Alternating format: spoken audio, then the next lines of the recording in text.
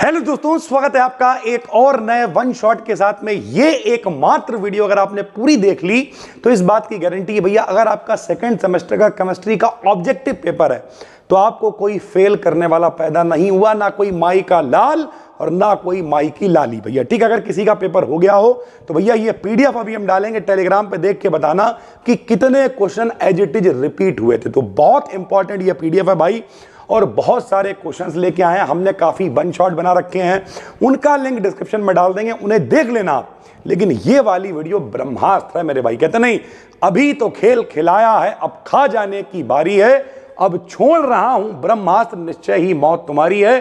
भैया मेघनाथ ने किससे कहा? लक्ष्मण जी से कहा, ब्रह्मास्त्र चला दिया मेरे भाई। तो आइए देखते हैं कि भैया देखो, शुरुआत के 4-5 क्वेश्चन थोड़ी सी गंदी पीडीएफ है, कोई दिक्कत नहीं है, बाकी आगे बिल्कुल रफ एंड टफ सारी पीडीएफ बिल्कुल झमाझम है भाई, सब आपको एज इट इज समझ में आएगा भाई। ठीक, तो 1-2 क्वेश्चन ऊपर के हैं, थोड़े से गंदे हैं, उन्हें हम पढ़ दे रहे हैं भाई। ठीक, जो पहला क्वेश्चन है वो क्वेश्चन है, which of the following acid, कौन सा एसिड जो है जो नायलॉन 6 बनाने में इस्तेमाल होता है। मोस्ट इंपॉर्टेंट ये क्वेश्चन है मेरे भाई। एडिपिक एसिड का इस्तेमाल किया जाता है, एडिपिक एसिड का इस्तेमाल होता है किसे भैया? नायलॉन 6 को बनाने में। मोस्ट इंपॉर्टेंट क्वेश्चन है, पेपर में रिपीट होगा भाई। ठीक है, अगला, इन पॉलीमर प्रिपेयर्ड फ्रॉम किससे? कैप्रोलैक्टम से जो सिंथेटिक पॉलीमर बनता है, कौन सा होता है? वो भी भैया नायलॉन 6 ही बनता है, कैप्रोलैक्टम से। मोस्ट इंपॉर्टेंट ये भी है भैया। ठीक, उसके बाद अगला क्वेश्चन है, बेकेलाइट क्या है? तो बेकेलाइट एक कोपॉलीमर है, सभी को पता है मेरे भाई। जब फॉर्मेल्डिहाइड, हम यहां लिख देते हैं, जब फॉर्मेल्डिहाइड और फिनॉल आपस में मिलते हैं C6H5OH, तब क्या बनता है? बेकेलाइट बनता है, और ये क्या होता है? एक कोपॉलीमर होता है भाई। ठीक है, अगला है टेरिलीन। जो टेरिलीन है वो क्या है? तो टेरिलीन एक पॉलीएस्टर है भाई। ठीक है, अगला क्वेश्चन है, PBC, monomer used in formation of PBC, नामी है पॉलीविनाइल क्लोराइड। तो इसका मोनोमर क्या होगा? Vinyl chloride. क्या फॉर्मूला होगा भैया? CH2। ये देखिए क्या मोनोमर होगा इसका, विनाइल क्लोराइड का फॉर्मूला बताइए। तो भैया CH2 CHCl, नाम क्या है इसका? Vinyl chloride. जब बहुत सारे अणु आपस में मिलेंगे तो पीबीसी यानी पॉलीविनाइल क्लोराइड बन जाएगा भैया। ठीक है, अगला क्वेश्चन है, CF2CF2। जो CF2CF2 है मेरे भाई, ये कह रहे हैं कि जो CF2CF2 है वो किसका मोनोमर है? तो जब बहुत सारे CF2CF2 आपस में मिलेंगे तो टेफ्लॉन बनेगा। ये वाला क्वेश्चन भी बहुत इंपॉर्टेंट है भाई। Which of the following has ester bond, किसमें एस्टर बॉन्ड पाया जाता है? तो टेरिलीन में एस्टर बॉन्ड पाया जाता है। Which of the following is used in ropes, रस्सियां बनाने में किसका इस्तेमाल होता है? तो टेरिलीन का इस्तेमाल रस्सियां बनाने में किया जाता है। नायलॉन 6 का जो मोनोमर है, तो अभी आपको बताया नायलॉन को बनाने में एडिपिक एसिड इस्तेमाल होता है, और साथ में हेक्सामेथिलीन डाइएमीन का इस्तेमाल होता है। तो A और B बोथ हो जाएगा, इन दोनों को जब मिलाते हैं तो नायलॉन 6,6 बनता है भाई। ठीक है, जो पॉलीथीन है भैया, पॉलीथीन क्या है? तो पॉलीथीन एक एडिशन पॉलीमर है। पॉलीथीन में क्या होता है? C2H4। ठीक है, इसका नाम है एथीन या फिर एथिलीन। जब बहुत सारे एथीन आपस में जुड़ते हैं तो पॉलीथीन बनता है भाई। ठीक है, पॉलीथीन 2 तरीके की होती है, HDPE हाई डेंसिटी पॉलीइथिलीन और लो डेंसिटी पॉलीएथिलीन भाई। ठीक है, जो क्वेश्चन भी थोड़ा सा भी गंदा है उसे हमने लिख दिया है। इस क्वेश्चन में पूछा है पेंटापेप्टाइड बॉन्ड। जो पेंटा का मतलब क्या होता है? पेंटा माने होता है 5 कार्बन। ठीक, पेंटा का मतलब 5 कार्बन, तो 1 2 3 4 5 कार्बन। तो इनके बीच में बॉन्ड कितने होंगे? 1 2 3 4, तो 4 बॉन्ड होंगे। पेंटापेप्टाइड बॉन्ड में कितने बॉन्ड होंगे मेरे भाई? 4 बॉन्ड होंगे। ठीक है, ये वाला क्वेश्चन बहुत इंपॉर्टेंट है, ब्रह्मास्त्र है। डीनेचुरेशन ऑफ प्रोटीन, जो प्रोटीन का स्ट्रक्चर होता है वो टूट जाता है, विकृत हो जाता है, विकृतीकरण हो जाता है। क्यों? तो अलग अलग है, बेस यानी क्षारों की वजह से, नंबर 2 जो खनिज लवण हैं उनकी वजह से, नंबर 3 अगर आप बॉइलिंग यानी खौला दोगे, गर्म कर दोगे उन्हें, यानी हीट की वजह से। तो सरल भाषा में इसमें आंसर है ऑल ऑफ दी एबव। अगर ये वाला क्वेश्चन आपको सही से नहीं दिख रहा, हम पढ़ रहे हैं प्रोटीन का जो डीनेचुरेशन विकृतीकरण होता है, जब ये पीडीएफ आपको मिलेगी तो और क्लियर दिखेगी, क्योंकि भैया जब आपने इसे जूम किया है इस पे डिजिटल बोर्ड पे तो ये थोड़े से और पिक्सल फटे हैं, लेकिन जब आपको पीडीएफ मिलेगी फोन पे तो आपको बिल्कुल एग्जैक्ट दिखेगी, कोई भी दिक्कत नहीं है भैया, ठीक है। और एक आध पेज ही है, बाकी तो सब ठीक है। मोनोमर फॉर न्यूक्लिक एसिड, सभी को पता है मेरे भाई, सबसे पहले क्या होता है बताओ, बेस होते हैं। बेस के साथ में कौन होता है, फास्फेट होता है। फास्फेट के साथ में कौन होता है बताओ, शुगर होती है। जब ये तीनों आपस में मिलते हैं तो क्या बनता है, तो बनता है मेरे भाई न्यूक्लिक एसिड। क्या बनता है, न्यूक्लिक एसिड। और जब न्यूक्लियोटाइड बनता है, न्यूक्लियोटाइड बनता है। और जब बहुत सारे न्यूक्लियोटाइड आपस में जुड़ते हैं तो उसे हम लोग पॉलीन्यूक्लियोटाइड या फिर न्यूक्लिक एसिड कहते हैं। तो monomer of nucleic acid is nucleotide मेरे भाई, ठीक है। अगला क्वेश्चन देखते हैं, DNA is present out of nucleus in, भैया किसमें, न्यूक्लियस के बाहर। तो सबसे पहले तो एक क्वेश्चन ये है कि इनमें से कौन है जिसके पास अपना न्यूक्लियस होता है, केंद्रक होता है, तो भैया वो माइटोकॉन्ड्रिया है। बचपन से पढ़ाया जाता है माइटोकॉन्ड्रिया को कोशिका का पावर हाउस कहते हैं। एटीपी के रूप में ऊर्जा रहती है, 2 लेयर होती हैं, बाहरी लेयर चिकनी होती है, अंदर की लेयर उंगलियों के समान मुड़ी होती है जिसे क्रिस्टी कहते हैं। उसी के अंदर जितना राग है कि मतलब तो ये सब इसी में पाया जाता है। ओवरऑल बात करें इसमें डीएनए, आरएनए, राइबोसोम सब पाए जाते हैं। तो जो माइटोकॉन्ड्रिया होता है इसका जो डीएनए होता है वो न्यूक्लियस के बाहर प्रेजेंट होता है भाई, ठीक है। अगला क्वेश्चन है, देखो भैया यूएबी, ये देखो यूएबी जो नाम है वो किस एमिनो एसिड के लिए इस्तेमाल करते हैं, तो मेरे भाई टायरोसिन या टायरोसिन को हम लोग कहते हैं यूएबी। यूएबी ट्राइवियल नेम है, नॉर्मल नेम है, और भैया टायरोसिन उसका ऑफिशियल नेम है। Nucleotide is different from nucleoside. Nucleoside और न्यूक्लियोटाइड में क्या फर्क होता है, अभी आपको बताया। न्यूक्लियोटाइड में फास्फेट होता है, शुगर होती है, बेस होता है। जब फास्फेट हटा देते हैं या फास्फोरिक एसिड बोलते हैं उसे, जब हम लोग फास्फेट हटा देते हैं तब वो क्या कहलाता है, तब वो न्यूक्लियोटाइड नहीं केवल न्यूक्लियोसाइड रह जाता है। आप कह सकते हो कि जिसमें हम फास्फेट ग्रुप को साइड कर देते हैं वो कहलाता है न्यूक्लियोसाइड, जिसमें इसे साइड नहीं करते हैं वो कहलाता है न्यूक्लियोटाइड मेरे भाई, ठीक है। अगला question, invert sugar is most wanted question है कल वाले पेपर में या जब भी आपका पेपर है, एमजेपीआरयू का है, जिसका भी है, ये क्वेश्चन आपको मिलेगा। जब ग्लूकोज और फ्रक्टोज, सबको पता है चीनी की जब पानी से क्रिया कराते हैं कि भैया ये है सुक्रोज, 12, 22, 11 की जब हम लोग पानी से क्रिया कराते हैं तो बनता है ग्लूकोज। 6, 12, 6 संग में बनता है 6, 12, 6। ये एक दूसरे के इन्वर्ट होते हैं, इनका जो विन्यास कन्फिग्रेशन होता है वो इन्वर्ट होता है, इसलिए इन्वर्ट शुगर को हम लोग कहते हैं ग्लूकोज और फ्रक्टोज का जो मिक्सचर है। सुक्रोज, लैक्टोज, माल्टोज ये सब डाइसैकेराइड हैं। कौन सा कंपाउंड जो है टॉलन अभिकर्मक को रिड्यूस कर देता है, तो जो ग्लूकोज है वो टॉलन अभिकर्मक को रजत दर्पण में यानी एजी में कन्वर्ट कर देता है। जिगलर नाटा कैटालिस्ट का फार्मूला क्या है, तो C6H5 का होल थ्राइस AlTiCl4 जिग्नल नाटा कैटालिस्ट का फार्मूला है। द मोनोमर ऑफ नाइलॉन 6, अभी आपको बताया मेरे भाई, कैप्रोलिकम से ये हमें लोगों को मिल जाता है, जो नाइलॉन 6 होता है। ब्यूना एस जो रबड़ होती है, इसमें एस फॉर क्या होता है, तो स्टाइरीन होता है। फिनॉल और फॉर्मेल्डिहाइड जब मिलते हैं तो बेकेलाइड बनता है, ऊपर आपको बता चुके हैं। एथिलीन ग्लाइकॉल की जब डाई मेथिल टर्सलेट से रिएक्शन होती है तो भैया टेरिलीन बनता है या फिर डेक्रॉन हम लोग उसे कहते हैं। सिलिकॉन्स जो होते हैं वो किसके पॉलीमर होते हैं, तो सिलिकॉन, ऑक्सीजन और कार्बन आपस में मिलकर सिलिकॉन बनाते हैं। उसके अलावा यहाँ पे कुछ क्वेश्चन है मेरे भाई, which of the following is a non reducing sugar. अगर आपको दिख नहीं रहा हो तो हम इसे थोड़ा बड़ा कर देते हैं। कौन इनमें से नॉन रिड्यूसिंग शुगर है मेरे भाई, अनअपचाई शर्करा है, ये वाला क्वेश्चन बहुत इंपॉर्टेंट है। तो नॉन रिड्यूसिंग शुगर है सुक्रोज मेरे भाई, ठीक है। ग्लूकोज और गैलेक्टोज आपस में क्या होते हैं, तो एपीमर होते हैं। कौन सा नॉन एसेंशियल एमिनो एसिड है, तो भैया एलेनिन, एस्पार्टिक एसिड, ग्लाइसिन, ये सारे के सारे नॉन एसेंशियल एमिनो एसिड है। ग्लूकोज को मैनोज में कन्वर्ट करना एपीमेराइजेशन कहलाता है। ग्लूकोज को मैनोज में कन्वर्ट करना एपीमेराइजेशन कहलाता है। Name the disaccharide which does not show mutarotation, जो शो नहीं करता, तो सुक्रोज म्यूटा रोटेशन शो नहीं करता है। सुक्रोज जो है वो म्यूटा रोटेशन नहीं दिखाती है भाई, ठीक है। अगला क्वेश्चन देखिए, व्हाट टाइप ऑफ हेलिक्स, ये वाला क्वेश्चन भी बहुत अच्छा है, जो हेलिक्स घूमा हुआ स्ट्रक्चर होता है वो प्रोटीन में कैसा होता है, तो वो राइट हैंडेड होता है, यानी सीधी तरफ घूमा होता है।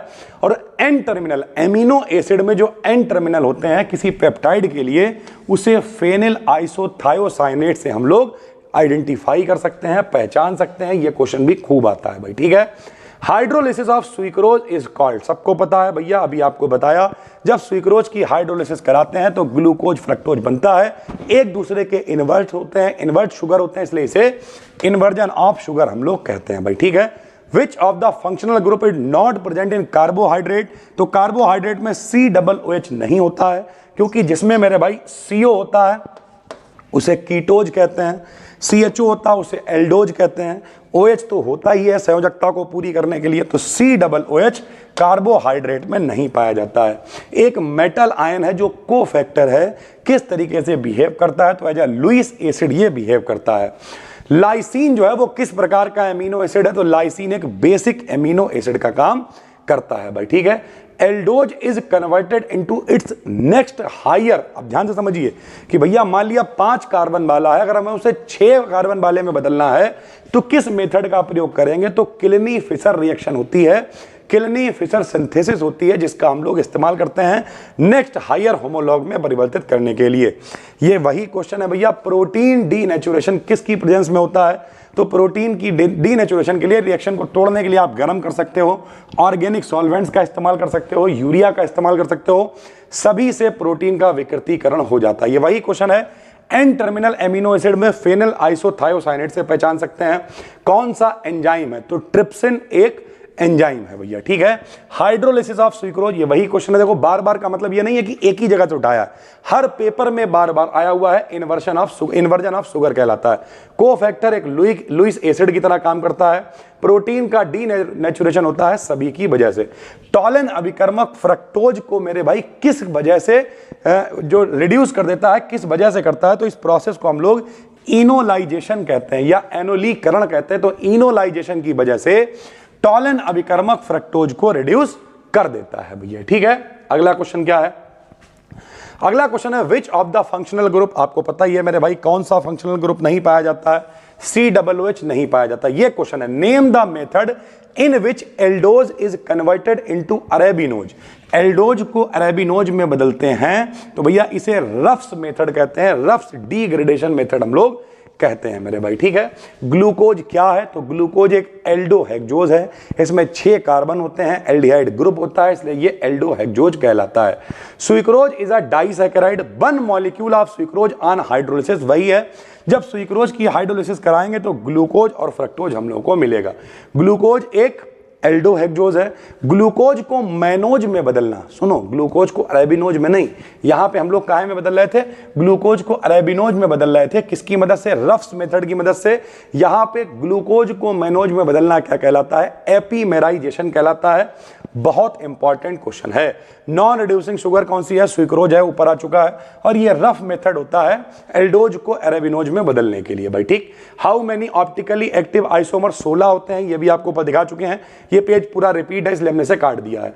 Which amino acid has no asymmetric carbon, asymmetric का मतलब होता है असममित कार्बन, जब कार्बन की चारों संयोजकताओं से अलग अलग चीज जुड़ी होती है, मान लिया कार्बन से NH2 OH अलग अलग सब जुड़े होते हैं, तो उसे एसिमेट्रिक कार्बन कहते हैं। ग्लाइसिन के पास कोई एसिमेट्रिक कार्बन नहीं होता है भैया, ठीक है। अगला क्या है, अगला है क्लोरोक्वीन। ये देखिए कह रहा जो क्लोरोक्वीन औषधि है वो कैसी होती है मेरे भाई, तो ये एंटी मलेरियल औषधि होती है, यानी मलेरिया का विरोध करती है। मलेरिया वगैरह रोग में क्लोरोक्वीन बीमारी का इस्तेमाल हम लोग करते हैं। जो नोवल जीन है वो क्या है, नोवल जीन एक पेन रिलीवर है, दर्द को दूर करने के लिए नोवल जीन का इस्तेमाल किया जाता है। जो आयोडेक्स होता है, जो बाम है, दर्द को मिटाने वाला बाम है, इसमें मेथिल सैलिसिलेट की बाम आती है, जो महक आती है, जो हार्डनेस होती है वो मेथिल सैलिसिलेट की होती है। सोडियम क्लोराइड क्रिस्टल का स्ट्रक्चर कहता होता है, मोस्ट इंपॉर्टेंट है, पेपर में जरूर आएगा, FCC यानी फेस सेंटर्ड क्यूबिक होता है NaCl का crystal structure. How many number of atoms will be present in 1 unit cell of face centre, तो सबको पता है सिंपल क्यूबिक में 1 होता है, बॉडी सेंटर्ड में 2 होते हैं, और मेरे भाई फेस सेंटर्ड में कितने होते हैं, 4 होते हैं। तो आप 4 पे टिक लगा दोगे भाई, ठीक है। सिंपल क्यूबिक में 1, बॉडी सेंटर्ड में 2 और फेस सेंटर्ड क्यूबिक में 4 हो जाएंगे, 4 पे आप टिक कर दोगे भाई। Which of the following nitrogenous base is not present in RNA. ये क्वेश्चन भी खूब आता है कि भैया डीएनए में कौन प्रेजेंट नहीं होता है, आरएनए में कौन प्रेजेंट नहीं होता है। तो आरएनए में कौन नहीं होता, थायामीन। थायामीन की जगह पे कौन होता है आरएनए में, आरएनए में इसकी जगह पे होता है यूरेसिल, इसमें थायामीन सही विकल्प हो जाएगा। विच कंट्रोल्स प्रोटीन सिंथेसिस। तो जो डीएनए होता है वो प्रोटीन के निर्माण को कंट्रोल करता है। The name of RNA which send the genetic information copied bye DNA. जो माता पिता के लक्षण आप तक पहुंच रहे हैं, जेनेटिक इंफॉर्मेशन आप तक पहुंच रही है, वो कौन सा आरएनए मदद करता है। तो एम फॉर मैसेंजर, यानी एमआरएनए उस जानकारी को, मैसेज को पहुंचाने का काम करता है। जो प्यूरीन बेस है, तो भैया प्यूरीन बेस में एडेनिन और ग्वानिन आएगा। यहां ग्वानिन विकल्प में है तो हम ग्वानिन लगा देंगे, एडेनिन होता तो हम एडेनिन पे भी टिक कर देते। फादर ऑफ मेडिसिनल केमिस्ट्री या मेडिसिनल साइंस, औषधि विज्ञान के जनक कौन है भैया, तो हिप्पोक्रेट्स इनका नाम है, जो औषधि विज्ञान के जनक हैं। एंटीबायोटिक्स किसके खिलाफ काम करता है, तो जो हैजा वगैरह है उसमें एंटीबायोटिक्स काम में आता है। CNS जो डी प्रेजेंट होता है वो कब प्रयोग किया जाता है, तो भैया देखो जो दिमाग से रिलेटेड जो कंट्रोल सिस्टम है, आप थक गए हो, बेहोशी के लिए, नींद लाने के लिए, इस सब का इस्तेमाल करते हैं, तो ऑल ऑफ दी अबव लगा देंगे। सल्फोनामाइड को हम लोग anti bacterial, anti fungal, anti microbial भी इस्तेमाल करते हैं। कौन है जो analgesic, anti pyretic, anti inflammatory है, तो एस्पिरिन। एस्पिरिन मतलब सैलिसिलिक एसिड है, जो हर तरीके से इस्तेमाल, अब इसका इस्तेमाल नहीं होता, गुर्दे उर्दे पे फर्क डालता है, पहले इस्तेमाल बहुत ज्यादा हुआ करता था। HIV एड्स के लिए जिडोबुडीन मोस्ट इंपॉर्टेंट है, ये क्वेश्चन आपको एज इट इज मिलेगा, पेपर में आएगा मेरे भाई, ठीक है। ट्यूबरकुलोसिस, जिन लोगों को टीबी हो जाती है उसके लिए हम लोग क्या करते हैं मेरे भाई, स्ट्रेप्टोमाइसिन का इस्तेमाल करते हैं। निम्न में से कौन हिप्नोटिक है। हिप्नोटिक मतलब आपको सरल भाषा में कहते हैं कि हिंदी में अगर हम लोग कहेंगे तो इसे कहते हैं निद्राकारी, नींद लेने आने वाला है, तो भैया इसमें जो लुमिनॉल है वो हिप्नोटिक है भाई, ठीक है। सेलॉल का इस्तेमाल कहाँ करते हैं, तो एंटीसेप्टिक और एंटीपायरेटिक दोनों रूप में इसका इस्तेमाल करते हैं। पेनिसिलिन की खोज अलेक्जेंडर फ्लेमिंग ने की, ये क्वेश्चन भी खूब आता है भाई, ठीक है। एसाइक्लोवियर का प्रयोग हम लोग एंटीवायरल के रूप में करते हैं, ये क्वेश्चन भी खूब पेपर में पूछा जाता है। बहुलीकरण यानी जो पॉलीमराइजेशन होता है, जिसमें 2 या 2 से अधिक केमिकल आपस में मिलकर कुछ बना लेते हैं मेरे भाई, उसे हम लोग कोपॉलीमराइजेशन कहते हैं। जैसे हम लोगों ने बेकेलाइट बनाया था, बेकेलाइट में फिनॉल था, फॉर्मेल्डिहाइड था, दोनों मिले, इसी वजह से बेकेलाइट एक कोपॉलीमर है भाई, ठीक है। Which of the following is correct for polymer. तो पॉलीमर का जो वेट होता है वो एवरेज एटॉमिक वेट होता है, क्योंकि पॉलीमर का मतलब बहुत लंबी चेन बनेगी, तो लंबी के लिए बहुत सारे जुड़े हुए हैं, तो उनका जो वेट निकाला जाएगा वो एक औसत निकाला जाएगा, एग्जैक्ट हम लोग नहीं निकाल पाएंगे, और जो कि वेट बहुत ज्यादा होगा, क्योंकि पॉलीमर का मतलब ये बहुत सारे लोग जुड़े हुए हैं, ठीक है। सिलिकॉन का जनरल फॉर्मूला R2SiO का होल ऑफ N होता है। सिलिकॉन को हम लोग वेनिशिंग क्रीम के रूप में इस्तेमाल नहीं कर सकते हैं। Coordination number of Na positive, NaCl का जो स्ट्रक्चर है, इसमें Na पॉजिटिव की जो कोऑर्डिनेशन नंबर है वो 6 होती है, मोस्ट इंपॉर्टेंट है। The position of Cl negative ion sodium chloride structure is, NaCl के स्ट्रक्चर में जो Cl नेगेटिव होता है वो सेंटर पे होता है, फेस के, और क्यूब के सेंटर पर पाया जाता है मेरे भाई, ठीक है। कोऑर्डिनेशन नंबर अगर 8:8 है तो कौन सा क्रिस्टल है, तो सीजियम क्लोराइड CaCl होगा। जो ब्रेवाइज लैटिस होते हैं, टोटल कितने प्रकार के क्रिस्टल संभव होते हैं, जैसे क्यूबिक है, ठीक है, उसके अलावा ट्राइक्लिनिक है, मोनोक्लिनिक है, इस तरीके से सब कितने क्रिस्टल बनते हैं, तो 14 क्रिस्टल संभव होते हैं। ब्रैग इक्वेशन क्या होती है, तो ब्रैग इक्वेशन होती है मेरे भाई 2d sin थीटा बराबर n लैम्डा, ये होती है मेरे भाई ब्रैग इक्वेशन। बहुत ही इंपॉर्टेंट क्वेश्चन है। NaCl और जो CaCl हैं दोनों ही क्यूबिक क्रिस्टल सिस्टम के एग्जांपल हैं। एमॉर्फस सॉलिड वो होता है जिसका स्ट्रक्चर प्रॉपर नहीं होता है। ग्लास यानी कांच एक एमॉर्फस सॉलिड है। एलिमेंट ऑफ सिमेट्री 3 तरीके की होती हैं, plane of symmetry, axis of symmetry, centre of symmetry. जो प्लेन एब्सेंट होगा सिंपल क्यूबिक सिस्टम में, तो सिंपल क्यूबिक सिस्टम में कोई रूल नहीं होते हैं, तो वाकई में इसका आंसर नन ऑफ दीज होना चाहिए। ये चारों ही प्लेन पॉसिबल है, फिलहाल विकल्प में नहीं है, तो ये क्वेश्चन भैया मिसप्रिंट है, ठीक है। जो वीज इंडेक्स है वो 1 इनफाइनाइट है। मिलर इंडेक्स क्या होंगे, सीधी सी बात है, ये 1 है, इनफाइनाइट है। मिलर के लिए उल्टा कर देते हैं मेरे भाई, जब उल्टा करेंगे तो 1/1 1, ये 0 1 0 0, इसका आंसर हो जाएगा भाई, ठीक है। अगला क्वेश्चन है मेरे भाई, कह रहा जो ट्राईफास्फाजीन है वो क्या होता है, तो लुईस बेस होता है। N3P3Cl6 में जो N है, ठीक, जो भी थोड़ा ज्यादा गंदा है उसे हमने लिख दिया है। N3P3Cl6 में जो N है उस पर संकरण हाइब्रिडाइजेशन क्या होता है, sp2 होता है। N2P3Cl4 में N का हाइब्रिडाइजेशन sp2 होता है और N3P3Cl6 में P का यानी फास्फोरस का हाइब्रिडाइजेशन sp3 होता है। इसमें भैया नाइट्रोजन का sp2, फास्फोरस का sp3 खूब पूछता है, तो ये भी आपको तैयार रखना है। जो न्यूक्लिक एसिड होते हैं नेचुरल पॉलीमर होते हैं। जो ब्यूना एन होता है वो एक कोपॉलीमर का उदाहरण होता है। पॉलीएस्टर है, नाइलॉन है, सिल्क है, सेलुलोज है, ये सारे के सारे फाइबर हैं। नेचुरल रबर जो है वो सिस आइसोप्रीन का पॉलीमर है भाई, ठीक। इंडिगो एक वेट डाई है। Which group is present in basic dye, जो बेसिक डाई होती हैं उनमें NH2 ग्रुप पाया जाता है। N के ऊपर N के पास क्या होता है, N के पास लोन पेयर इलेक्ट्रॉन होता है जो किसी को भी दे देता है, और लुईस ने कहा था जो देगा उधार कहलाएगा लुईस छार, इसलिए NH2 इसमें पाया जाता है, वो बेसिक डाइज होती हैं। डाई के पास क्रोमोफोर और ऑक्सोक्रोम होने चाहिए। एक कलर देने की कोशिश करेगा और एक उसे ताकत लगाएगा, बढ़ाएगा मेरे भाई, ठीक है। नाम ही होता है वर्ण मूलक, मतलब कलर देगा, वर्ण वर्धक मतलब उसकी ताकत को और बढ़ाएगा। सीजियम आयन इन सीजियम स्ट्रक्चर, अभी आपको बताया सीजियम क्लोराइड में जो स्ट्रक्चर होता है उसमें 8:8 होता है, यानी सीजियम आयन 8 होंगे भाई, ठीक है। एंटीवायरल, अभी आपको बताया एसाइक्लोवियर जो है वो एंटीवायरल है। The drugs which are used in relief pain, तो एस्प्रिन का इस्तेमाल एनाल्जेसिक के रूप में या फिर दर्दनाशक के रूप में इस्तेमाल किया जाता है। सल्फोनामाइड एक एंटी माइक्रोबियल ड्रग होता है। पैरासिटामोल को हम लोग एसिटामाइनोफेन भी बोलते हैं। Which of these are used as acid base indicator के रूप में, अम्ल क्षार सूचक के रूप में मेथिल ऑरेंज और फिनोप्थिलीन का इस्तेमाल हम लोग करते हैं भाई, ठीक है। सिलिकॉन रबर इनऑर्गेनिक रबर कहलाती है। मोनोमर, नेचुरल रबर का जो मोनोमर होता है आइसोप्रीन होता है। टेफ्लॉन का मोनोमर कौन है, तो टेट्राफ्लोरोएथिलीन है भैया, जब ये मिलेंगे बहुत सारे तो टेफ्लॉन बनेगा। विच of the following polymers contain nitrogen, तो जो नाइलॉन होता है भैया जिसमें एडिपिक एसिड होता है, ऊपर बता चुके हैं, इसमें नाइट्रोजन पाया जाता है।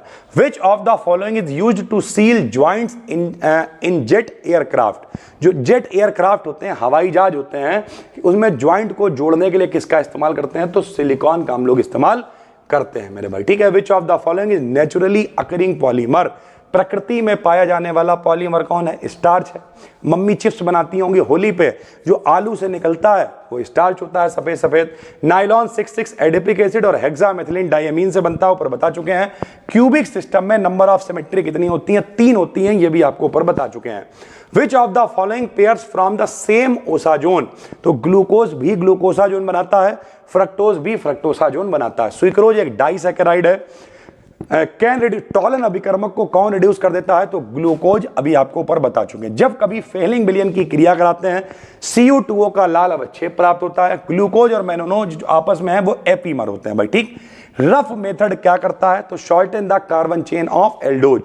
एल्डोज से अभी हमने आपको क्या बताया था, अरेबिनोज बनाने के लिए रफ मेथड का इस्तेमाल करते हैं, जिसमें हम लोग क्या करते हैं, जो कार्बन चेन है वो छोटी हो जाती है, यानी 6 से अगर हमें 5 पे आना है तो हम इस्तेमाल करेंगे रफ मेथड का।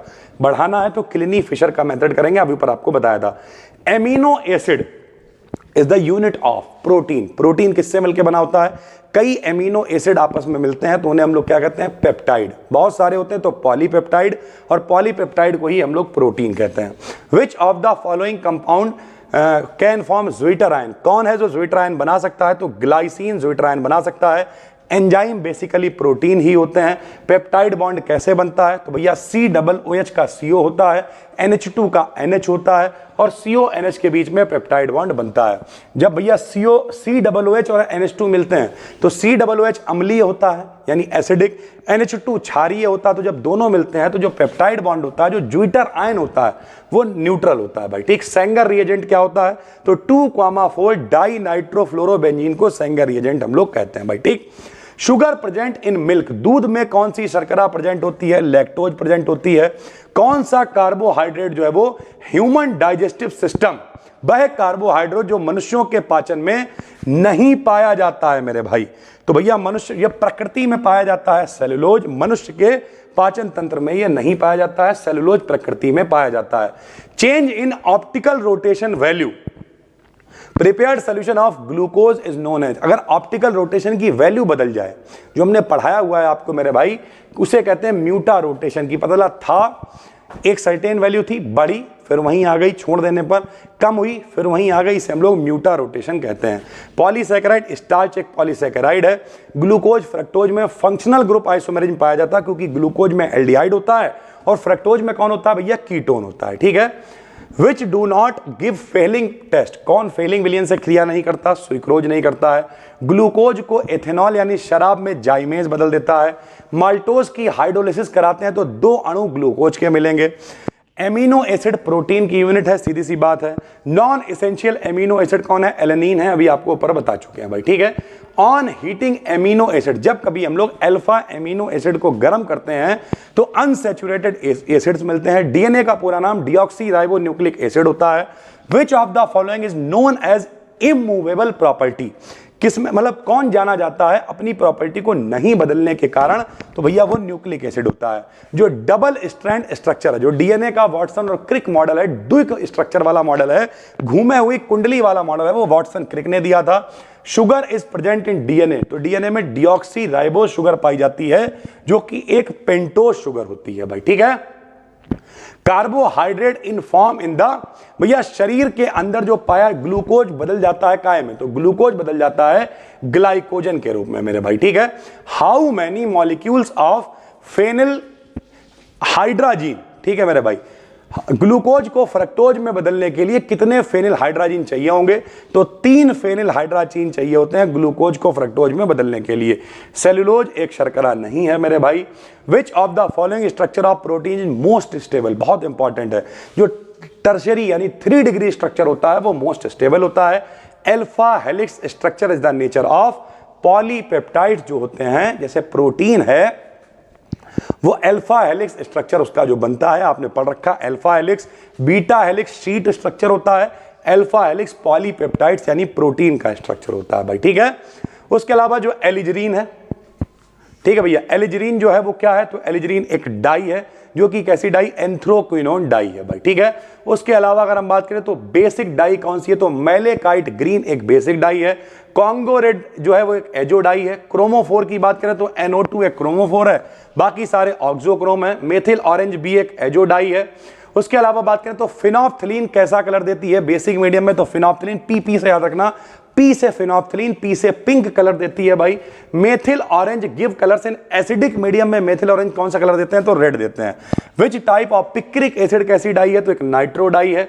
Colour producing group is known, जो कलर को प्रोड्यूस करता है क्रोमोफोर होता है, जो उसे बढ़ाता है वो ऑक्सोक्रोम कहलाता है भाई। ठीक है। फ्लोरीसिन डाई में जेंथीन आ जाएगा। The property of thermosetting plastic की प्रॉपर्टी क्या होती है, तो हार्ड भी होती है। ठीक है।